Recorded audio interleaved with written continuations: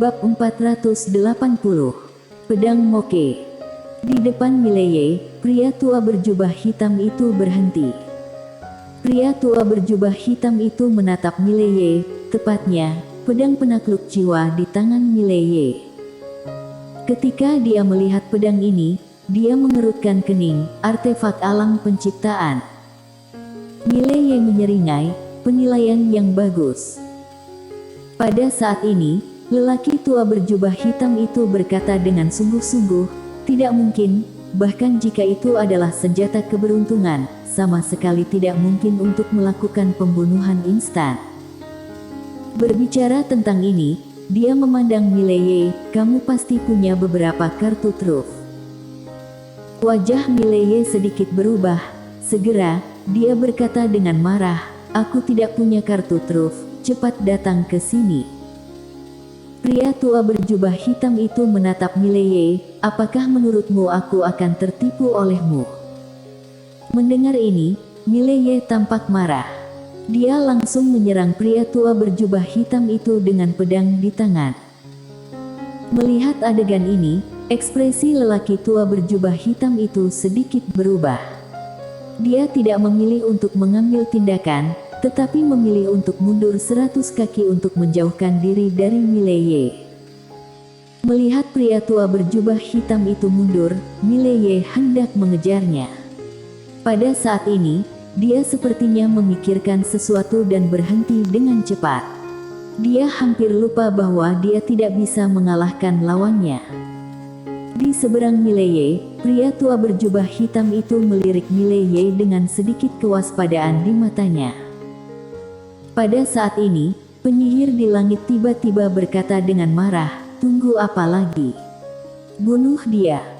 Pria tua berjubah hitam itu melihat ke udara. Pada saat ini di udara, penyihir ilahi dan yang lainnya hampir tidak dapat menghentikan violin Wei. Melihat adegan ini, wajah lelaki tua berjubah hitam itu muram. Dia melihat ke arah Mileye lagi dan Mileye mengayunkan pedang penakluk jiwa dengan pedangnya. Pria tua berjubah hitam itu mengepalkan tangan kanannya perlahan. Pada saat ini, Gio muncul di samping Mileye. Melihat Gio, wajah pria tua berjubah hitam itu tiba-tiba muram. Mileye tiba-tiba berkata, "Senior, serang." Mendengar kata-kata Mileye, Gio sedikit tercengang. Saat berikutnya, dia bergegas menyerang dengan sabit di tangan. Mata lelaki tua berjubah hitam itu sedikit menyipit.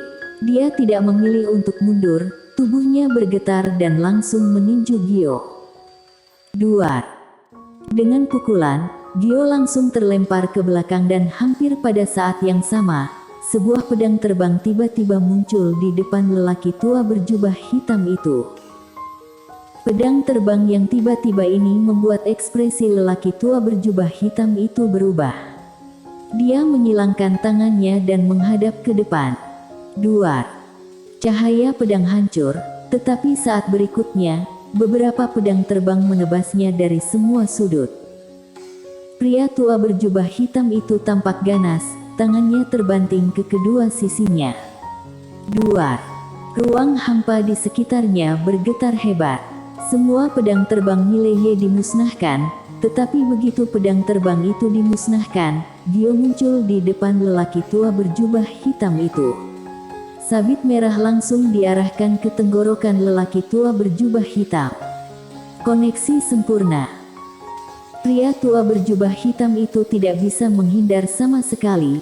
Dia meraih dengan kedua tangan dan meraih sabit secara langsung, tetapi pada saat ini, pedang terbang menebas tepat di atas kepalanya. Duar.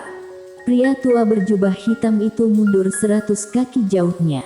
Pada saat yang sama, kepalanya langsung dipisahkan oleh pedang ini. Dia tidak mati, tapi tubuhnya menjadi sedikit ilusi. Di samping Gio, Mileye bertanya dengan sungguh-sungguh, tidak mati. Gio berkata dengan suara yang dalam, pada level ini, ada banyak cara untuk menyelamatkan nyawa seseorang. Mileye sedikit mengangguk, kamu pertempuran jarak dekat, aku menyerang dari jauh. Gio menghilang langsung di tempat. Ketika dia muncul kembali, dia sudah berada di depan lelaki tua berjubah hitam itu. Pupil lelaki tua berjubah hitam itu menyusut. Tanpa ragu-ragu, dia berbalik dan lari. Dia tahu betul bahwa jika dia terus bertarung, dia pasti akan mati. Terutama pedang terbang Mileye, itu benar-benar mengerikan. Pria tua berjubah hitam itu sangat cepat. Dia akan kembali ke langit dalam sekejap mata, tetapi pada saat ini, bayangan tiba-tiba muncul di atas kepalanya. Saat berikutnya, kekuatan yang kuat menyapu dari langit. Kemudian, turun. Wajah lelaki tua berjubah hitam itu sangat berubah dan membanting tangan ke atas. Duar. Langit bergetar hebat dan lelaki tua berjubah hitam itu jatuh. Pada saat ini, seberkas cahaya pedang melintas di lapangan. Tes. Sinar cahaya pedang ini langsung menembus tenggorokan lelaki tua berjubah hitam itu. Kepala lelaki tua berjubah hitam itu langsung terbang keluar, darahnya seperti kolong, dan jiwa lelaki berjubah hitam itu hendak melarikan diri. Tetapi setelah beberapa saat, kecepatan pedang terbang lebih cepat, lalu menembus jiwanya dalam sekejap. Pada saat yang sama, pedang itu langsung menyerap seluruh jiwanya. Mileye bergerak dengan tangan kanannya, pedang penakluk jiwa kembali ke tangannya. Dia mendongak dan melihat tidak jauh, ada seorang pria berdiri di sana. Orang ini adalah pedang Moye, dialah yang baru saja menyerang pria tua berjubah hitam itu. Pada saat ini, tampaknya cedera pedang Moye ini juga sedikit pulih.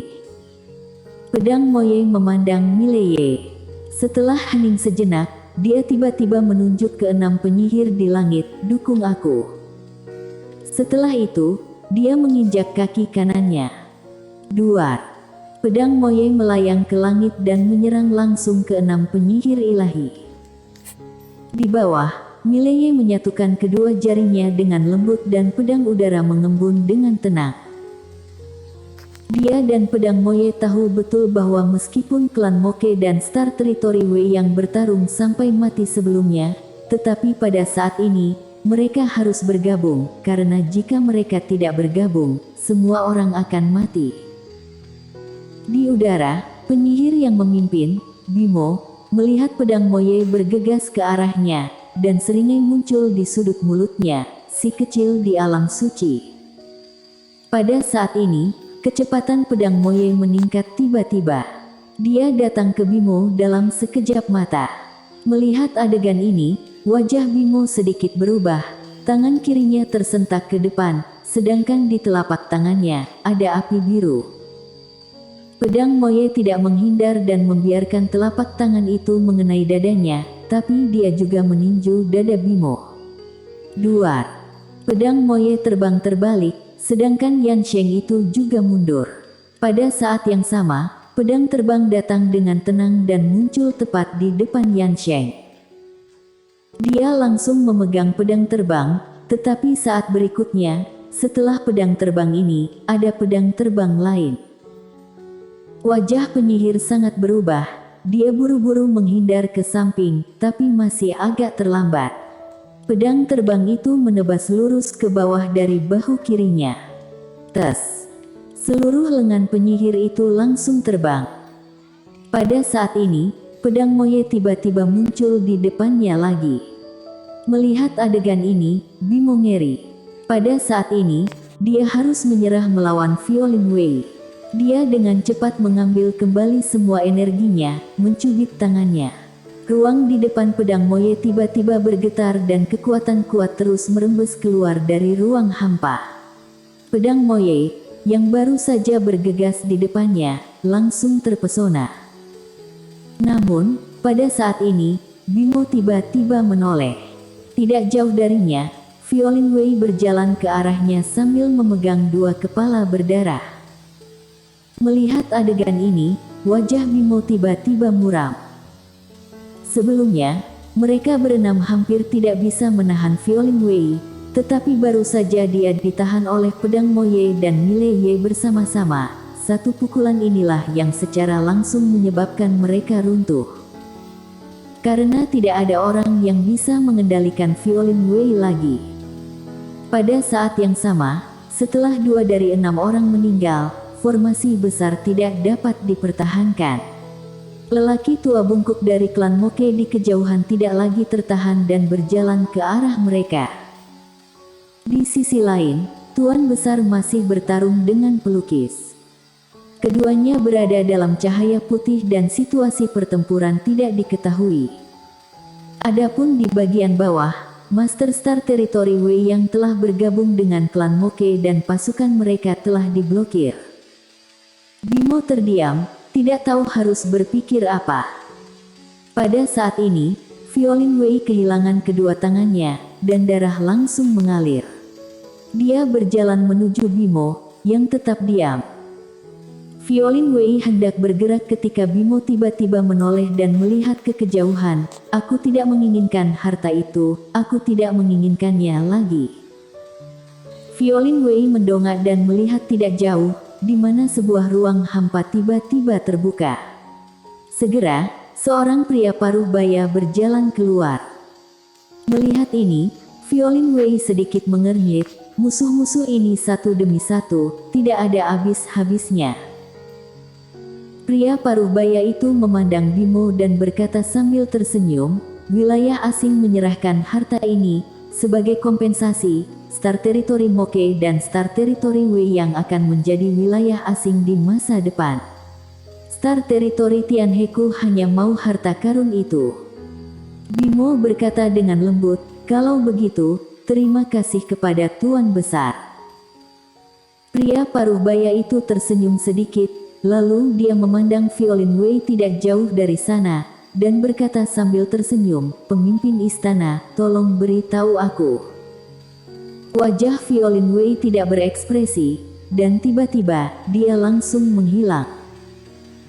Senyum di mulut pria paruh baya itu melebar, saat berikutnya, tubuhnya menjadi ilusi. Segera, baik violin Wei dan pria paruh baya itu menghilang. Di samping, Bimo terlihat sangat serius. Kekuatan pribadi violin Wei ini benar-benar luar biasa. Jika bukan karena melawan lelaki tua bungkuk dari klan Moke dan kehabisan banyak energi, maka tidak ada orang yang bisa mengalahkannya di tempat ini. Tidak jauh, lelaki tua bungkuk dari klan Moke memandang Yan Sheng. Baru saja akan melawan, sebuah bayangan tiba-tiba muncul di depannya. Saat berikutnya, ruang hampa menjadi ilusi, sinar cahaya terus bergerak ke arahnya. Melihat adegan ini, wajah lelaki tua bungkuk itu langsung muram. Jelas, pihak lain datang siap untuk menahan dia dan violin Wei. Setelah hening beberapa saat, suara lelaki tua bungkuk itu tiba-tiba bergema dari langit, klan Moko akan bertarung sampai mati. Bertarung sampai mati, berjuang sampai orang terakhir. Pada saat ini, semua orang klan Moko melihat ke langit. Pedang Moye juga melihat ke langit, wajahnya tanpa ekspresi, tangan kanannya tergenggam erat. Selain pedang Moye, ada juga Nixuo dan pembunuh bumi. Di sisi lain, Mileye berdiri dengan tenang. Tidak jauh darinya adalah Juno Zan, si botak, dan beberapa master jenius dari tembok besar pemakaman. Pada saat ini, semua orang terluka parah. Kedua belah pihak sudah bertarung terlalu buruk sebelumnya. Kemunculan tiba-tiba para master dari alien dan Star Territory menyebabkan mereka dipukul dengan keras. Sekarang dalam hal kekuatan keseluruhan, Star Territory Wei Yang dan klan Moke bersama-sama tidak sebagus wilayah asing dan Star Territory Tianhe.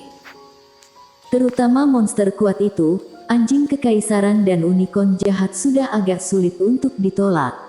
Untungnya, ada 2 monster yang menahan, jika tidak, klan Moke dan Star Territory Wei yang akan berakhir sejak tadi. Pada saat ini, Yan Sheng di udara tiba-tiba menatap Mileye di bawah. Di belakangnya, ada 3 penyihir lainnya. 4 master tingkat atas. Bimo memandang Mileye dan yang lainnya di bawah, lalu berkata dengan lembut, kerahkan semuanya. Setelah itu, Tiga penyihir di belakangnya tiba-tiba meluncurkan tiga formasi teleportasi. Dalam sekejap, seluruh langit menjadi gelap gulita. Di bawah, pedang Moye tiba-tiba menatap Mileye. Mileye juga menoleh untuk melihat pedang Moye. Pedang Moye berkata, "Pedang inci persegimu, apakah kamu masih menggunakannya?" Mileye sedikit terkejut. Dia tahu bahwa pihak lain pasti berbicara tentang pedang penakluk jiwa, jadi dia menggelengkan kepalanya. Pedang Moye mengangguk, melenturkan jari-jarinya, lalu pedang jatuh di depan Mileye. Pedang itu panjangnya 4 kaki, abu-abu gelap, bilahnya sangat tipis, ujung pedangnya sangat panjang dan ada sedikit cahaya hitam di atasnya. Selain itu, ada 2 mata hitam legam di bagian depan dan belakang gagang. Mileye bingung. Pedang Moye berkata dengan lembut, "Pedang Moke, salah satu harta paling berharga dari klan Mokeku, memiliki kekuatan Moke dan kalajengking Moke, aku akan meminjamkannya padamu." Saat dia mengatakan itu, dia berhenti sebentar dan berkata lagi, "Ini pinjaman." Mileye bersambung.